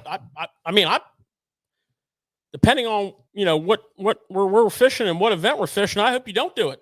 Yeah. Especially in the spring. Yeah. Very good stuff. Very good stuff. And then there's other ways of rigging it too. Yeah. So we have. Let me see here. We have an interesting part of this flipping thing that I've noticed, and when I'm pegging the weight, and I do this with everything that I flip, but when I'm pegging the weight, I like to have the peg so that it's the weight has some little bit of movement. So it's not jammed down against the head of the bait. There's a little bit. So what happens with a tube is when you flip it in the water, it captures an air bubble in its body. And that tube stands up. And if you're not pegged tight, it can pivot on there. So I always like to have that little bit of slack in there. Now, eventually, during that fishing process, a lot of times that air bubble escapes and it fills with water. But when you bring it back up, you can squeeze the water out, or just in the casting process, it'll expel it again. And then it'll repeat. And that little air bubble is a little interesting thing about a hollow body bait like a tube. And it really gives it that buoyant, floating up posture. Yeah, and then a lot of times, as it's posturing up, and maybe a fish looks at it, then it releases the bubble, and it's a strike indicator. Yeah. I mean, it's all part of the it's all part of the presentation there. That's for sure. That's proven. Yeah. So Sam wants to see a Trocar tube hook rigged up. You bet I can. So this is what we would typically call a kale hook. And if for all you old school guys, you're going to remember Shaw Grigsby had the HP hook from Eagle Claw. That was a great hook. Love that hook. 4.0 HB in a flipping tube. Money. And they had the little clip on them, kale style. So kale style is just like rigging any hook. You're gonna do everything the same. I like to come into the tube, bring it back till the barb kind of catches the tube. So I'm going to be about that deep. And then I'm going to bring this through and kind of turn it a little bit.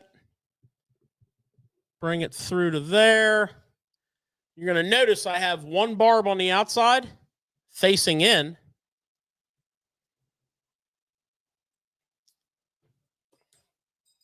So I have one barb here. Let me get one hook off of here.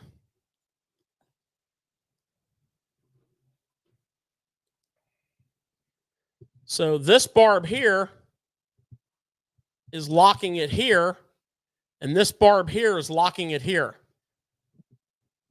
So it's locked. It's locked in here.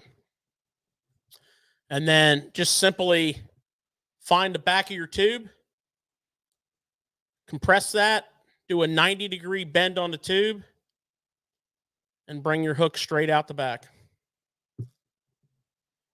Now, you're going to want to tuck that point. So grab the hook body, stretch it front a little bit, and let it text pose back over it. Show that from behind there, George, if you can zoom in on that. The text pose. I don't know if you guys can see that hook point buried in there. That's just a little, you could do that text posing with any bait. You just hold the hook, stretch the bait front, lift it up, and let it come back on the hook. That's a great text pose rig. That you can use on any kind of rig like that. So yeah, so that's a great flipping hook too. Mm-hmm. One thing about a kale style hook, when you stick them, they got stuck. They're stuck. They are stuck. What other ways you could rig that, George? What other things do we do with it? We Carolina rig it. You can Carolina rig it. And that's a cool, really cool way of fishing a tube is Carolina rigging. It's got some just great little floating action in there behind it. It's not too big. It's not too small. It does kind of glide a little bit when you're dragging it. So you got that nice glide, and the fish love it. They eat it up. There's not a lot of people doing it. Not a lot at all. Yeah. Again, a lot of what we're talking about here is from a couple decades ago. Yeah.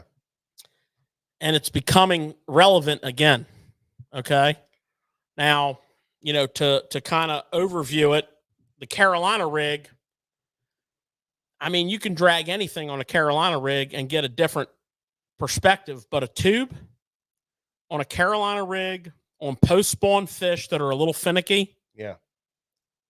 It's freaking deadly. If you think about it, a lot of your gizzard shad lakes at that time of the year are your first hatch of shad, very small, and that floating kind of hovering tube, because it's got that air bubble caught in it, and it's not like flat on the bottom dragging. It's just, it's a deadly technique. So keep that tucked away. That's just such another opportunity for a tube. You can use whichever hook you like to Texas rig with, the Trocar style. I'm an EWG guy. I like that Hayabusa 3.0 EWG. Yeah. So let's talk about some tubes, George, themselves, the styles, the designs, the sizes. Well, and this is important stuff because a tube is going to fit every scenario there is. Yeah. So let's go from like your coldest water that you've ever fished, your toughest bite ever. That is when you're going to want the thin walled tube. Okay. A standard, now these are injection molded, but if they were dipped, they would be like that. A little 2.5 inch. This is a Maxcent, 2.5 inch, little thin walled. You get into some cold water, you get into a tough bite. You're whacking some fish on this thing. That size tube, it looks real small and it looks real, subtle. I don't know. It's like a crappy tube almost. But in the right scenario, it's a big fish catching machine. And for George and I, that particular tube, the thin wall, 2.5 inch tube, for us is a wintertime tube. We throw it in 38-degree water temperature and lower. And we just drag it and hop it real slow on the bottom, and it produces big fish bites. It's crazy. It's really good.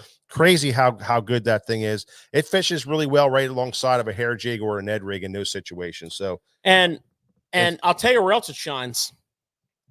It shines on a tough northern smallmouth bite on a drop shot rig. This tube nose hooked on a drop shot rig on a tough bite for big, I'm talking big fish. We kind of say, hunting for elephants with peanuts. You know what I mean?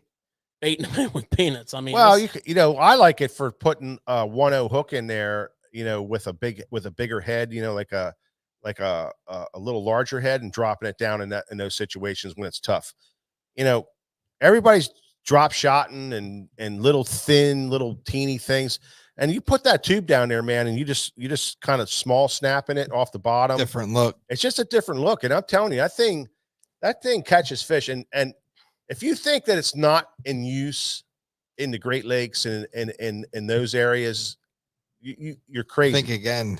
I think again. There's just not anybody's talking about it. The tube fishing and the finesse tube fishing, when you're getting to those small little sizes, those 2.5 inch, like the other one George has in his hands, that's a double dip 2.5 inch tube. That's one of my favorites for what I do on the Susquehanna River. For all other times in winter, I fish that 2.5 inch tube in the February, March, April, coming into May. You know, before the water hits 50, 58 degrees, I'm fishing a 2.5 inch tube all the time. So you'll notice when we say double dip, we say single dip. So this is actually an injection molded tube, but it would be the same as a single dip. It's one time, one dip, one thickness, very small, subtle profile. We highlighted some key times for that tube, and it is freaking deadly with that max scent. Now you take that same style of tube and you dip it, the body, not the tail. The tail's only a single dip. You dip the body a second time. Okay, now it gets twice as thick, and it gives it a much chunkier, bigger profile. But still nice and short. That nice little finesse-y, small size. So now you go from that, you know, mega finesse to a finesse tube, but a finesse tube with some attitude. Yeah. And I think you should show that other one along with it. That's even like a crazy next level one, you know. Well, for those two tubes that you just showed, how do you like to rig those if you're not drop shotting them? Like, how do you like to rig them? I rig them. I rig all my tubes, every one of my tubes on our weedless tube head. Okay. I never use any other head ever, unless I'm open water, big lake kind of stuff. And even up in the big lakes, if it's rock, a lot of rock, I'm fishing my tube head. Say what you want about it. That is a badass tube head. That thing, you can throw it anywhere you want. That's the way I throw it. I like to fall with it. I like the way you can drag it. I like the way you can hop it. I like the way it falls. And I like the way you can throw it in some massive cover and never go through your jig head.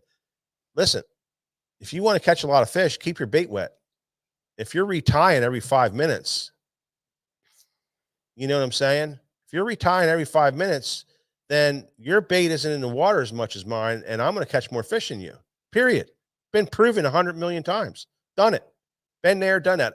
I've fished with guys who are so freaking bullheaded and won't use a weedless head and just clean their clock and offered heads to them and offered to rig them up for them. I don't need that. And they're just like every third cast breaking off and retying again. They go through 40, 50 heads a year. Or day. I mean, 40, 50 heads a day. So again, on that 2.5 inch tube, double dip. You know, the long tail theory. That's a unique little sucker. This right is there, your Nick. net bait, 2.5 inch tube. Really like it. You know, kind of like the Max Scent. It's great cold water tube. It's infused with bait fuel. Really awesome colors. The bigger 4-inch size. A lot of northern colors. Great smallmouth tube up north. But the small body. And the third small body tube that I think gets overlooked a lot in the cold water of winter and tough conditions is the TRD tube. Why? Because it's Elastec. Why? Because Elastec floats. And when you can elevate that tube up on a little tiny, 10th ounce head. Now, this tube here, we do not rig internally. This tube here, we rig externally. With a net head. With a net head. We're fishing this as a Ned style bait. Mm-hmm. Okay. You could rig this internally, and that would be fine, but it really works well in that. It's a unique. So we have some unique single dip,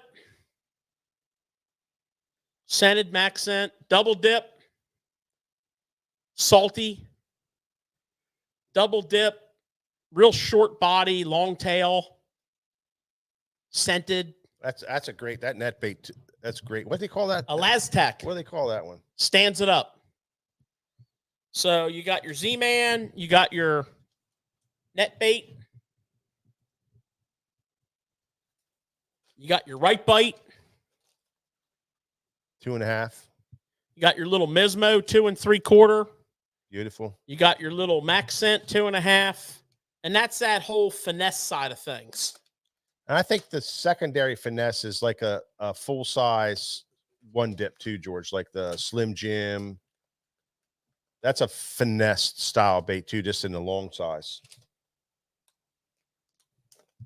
Yeah, you can get thin walled longer tubes. I think I have one. You can get a max scent 3.5-inch tube, single dip.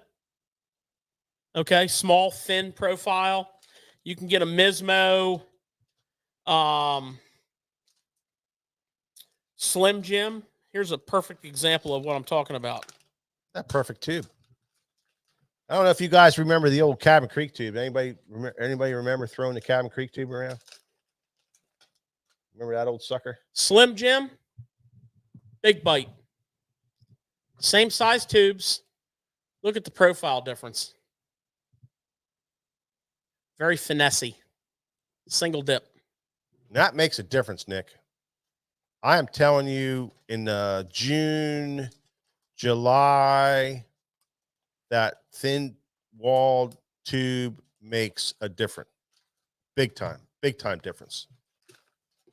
Not so much, any other time, because you're going to go to a 2.5-inch tube in the colder waters and in the early spring. But for some reason in that June, July time period when the bait's small, need that profile, that thin tube, man, will absolutely crack them. Especially if you're cracking it. I remember the Spiders, Sam. That Spider is what launched that company into the big world. Then they came out with the Cabin Creek tube, and they made that a 2.5 and a 4-inch. I think it was a 4-inch, maybe 3.5, 2.5 and a 3.5. George and I could fill this shop up to the bulging out the front door and probably bulging out the back door with all the Cabin Creek tubes we sold over the years. It's amazing how awesome that tube was. But I'll tell you right now that Slim Jim is a real close character. They have them in all the cool colors. And they have smoke purple, which is important, and green pumpkin, which was important for us. And it is a bad to the bone tube, and you can definitely still get that thin profile.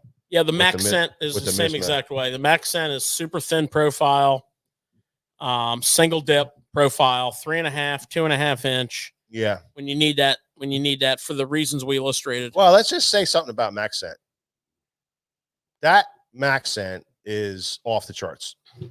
It definitely absolutely works. And it's going to be hard for me to throw anything, in a cold or high pressure time than a max scent. Well, I know you're a big fan of bait fuel too. Huge fan of bait fuel. What happens if you put the two together? Oh my God. But I really like that. About that? That big bite baits, that small 2.5-inch.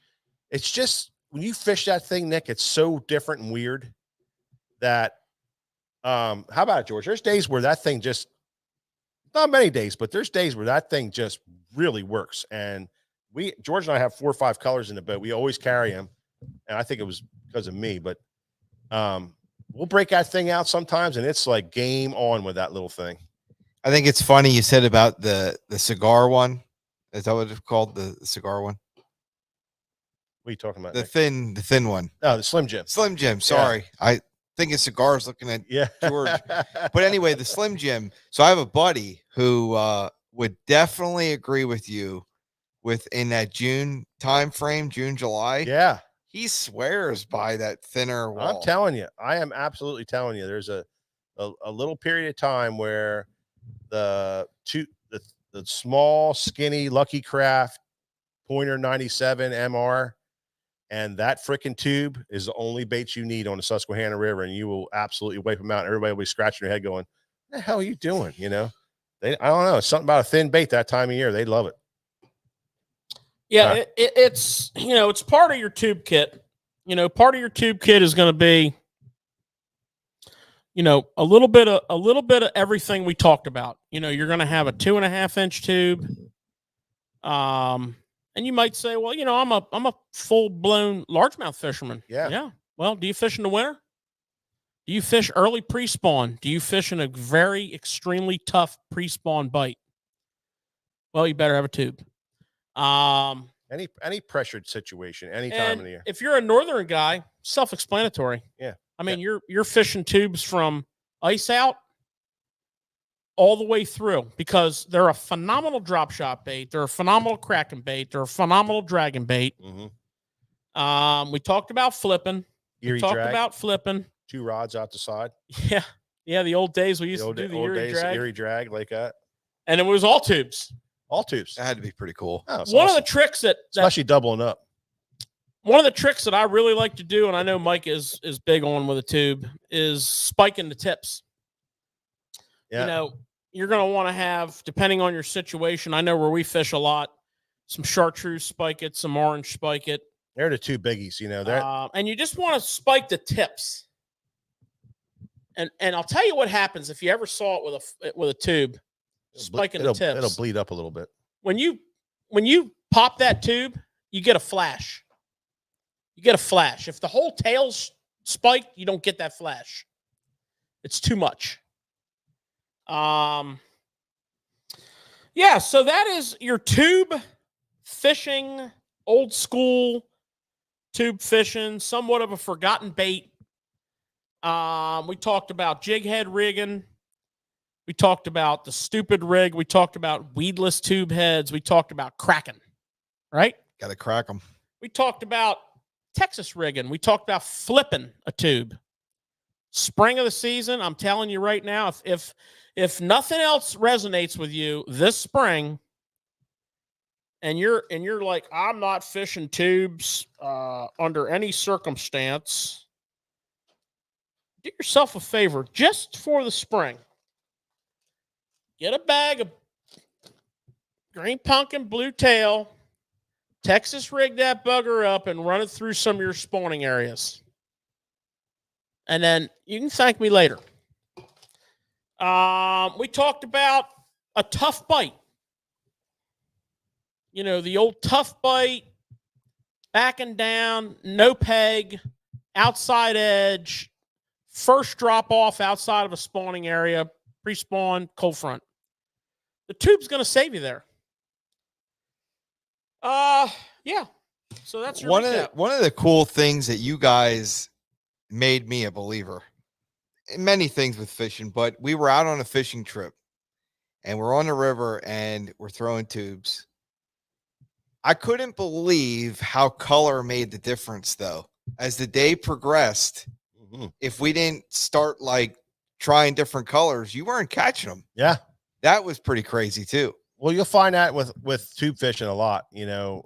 That's why we carry green pumpkin purple, green pumpkin with the orange flake in it, green pumpkin with blue flake in it, and then your tail colors: green pumpkin with a purple tail, green pumpkin with a with a smoked purple tail. It's just it's uncanny. It's almost like crappie fishing.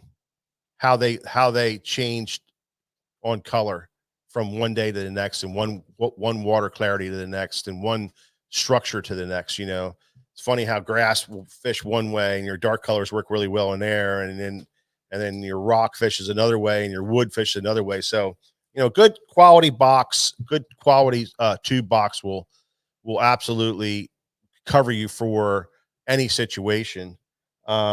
But then, you know, then you have your spike it, you know, so that is such a big helper, you know, for, like George said, creating that flash and creating that bite. You know, it's just such a big deal for us. We go through a couple bottles a year of chartreuse and a bottle or so of orange. It's just really, really awesome to do that. But so what do you got on closing here, George? Well, I got a couple interesting tournament tidbits. I have got this Patrick Walters guy. Yeah. I broke down some of his stats. Yeah. This guy is on fire. I mean, his hair's on fire. He's on fire. I mean, he's got the AFCO, you know, somewhere between 7 and 10-inch inseam, old school AFCO shorts, wearing them high style. You know, Old he's school got shorts. That's exactly what he has. the porn stash going, or as they call it, the Smalley stash. And I'm telling you, the guy's good. Check this out. So last week was the National Professional Fishing League tournament on Lake Lanier. NPFL. Yep. He won it. Okay. 100,000. Up on the bank, twitching a super fluke, which if they're on a super fluke,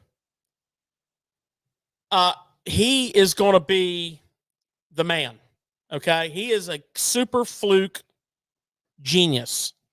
And then he was out on brush piles with his shaky head and his scope. And he said there were so many fish on Lake Lanier. It's one of the greatest spotted bass lakes around. There's so many fish there that the brush piles that worked the best had like 30 to 50 fish on them because he could create competition. He said, everywhere you go, there's fish. Everywhere. So it was a matter of running and gunning. He said the last day of the tournament, he picked his trolling motor up and deployed it over 50 times. But check out his 23 NPFL finishes. He starts off with a 6th place finish. That was on Santee Cooper right after he bombed there with the elites. Then he had a 71st place finish. Then he had a 1st, a 2nd, a 3rd, and a 1st. And each one of those firsts, by the way, is 100K. That's just NPFL. Now, I will say I think he is quite possibly the number one spokesperson for the NPFL in trying to drum up Elite Series business because all his compadres are saying, my man won about $300,000 on the NPFL in like 60 and 70 and 80 boat fields. So I'm pretty sure they're not going to be 70 and 80 boat fields next year. Outstanding year on the NPFL. Outstanding, fluke fisherman. Taught us so much about a jerkbait. The guy is lethal with a freaking jerkbait. Rapple is bringing out a new PXR series. I'm sure he's going to teach us a lot with that. Also, I guess the last thing I have for you guys is my train wreck, my bomb, my hand grenade. My hand grenade. And I want to tell you about the Great Marlin Race. The Great Marlin Race. So the Great Marlin Race is a tagging program where they use telemetry tags that are tracked by satellite. And they teach these Marlin tournament teams how to deploy these tags. And then whoever's Marlin covers the most territory, they win. So the Marlin that won this year was tagged at the Big Rock, which pretty much kicks off the tournament season in North Carolina every year. It's one of the biggest billfish tournaments there is. In 2022 at the Big Rock. And then this year, his tag was recorded in Brazil. He's going for a cruise. He's 175-pound blue marlin. Now, in as the crow flies in nautical miles, that's 4,149 nautical miles. But he was in no particular hurry. He was just kind of like, oh, stopping for a visit. What's over here?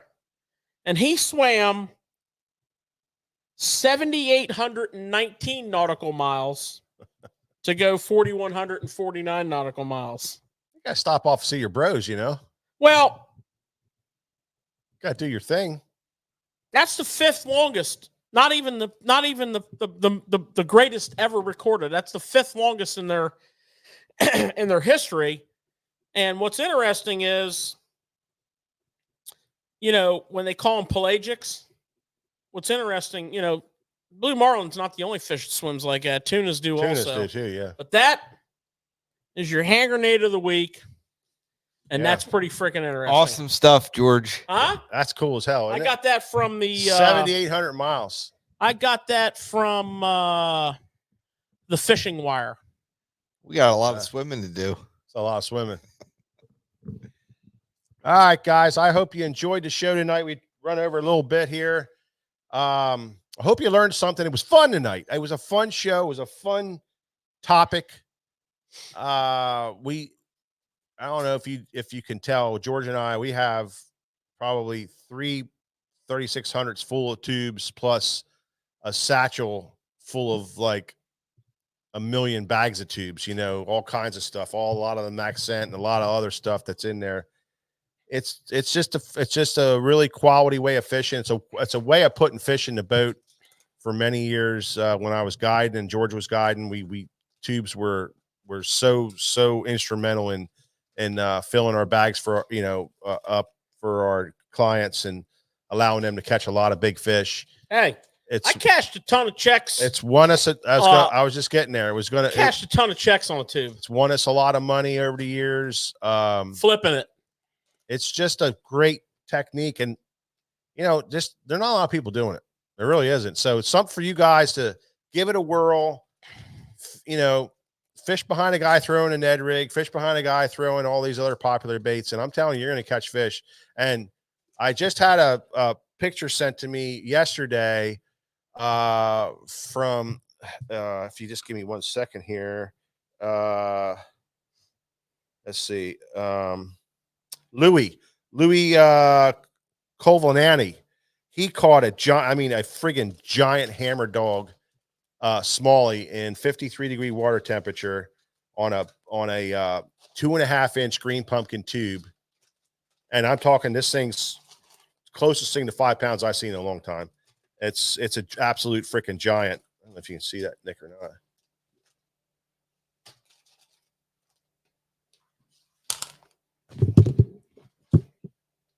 And that's Louis, you know, retired fishing guy, sends me all these pictures when I'm working.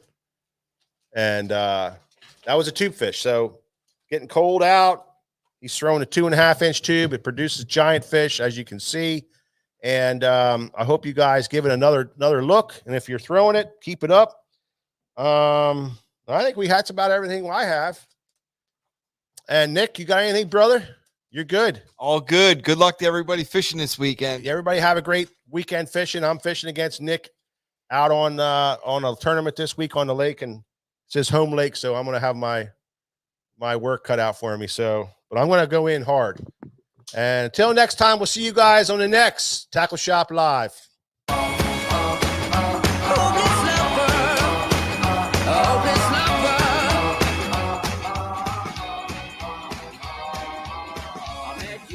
Sunny day, right there you took my breath away.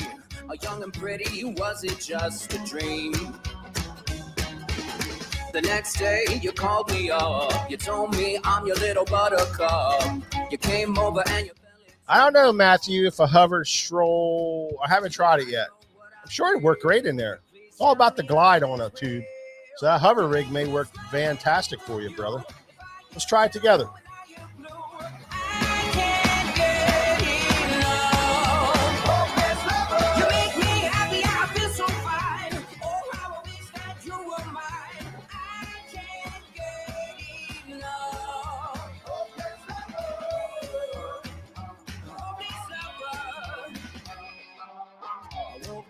Soaked in sweat, with chills running down my neck. I'm going crazy from just the thought of you. A long blonde hair and your beautiful smile. Your sense of humor makes it all worthwhile.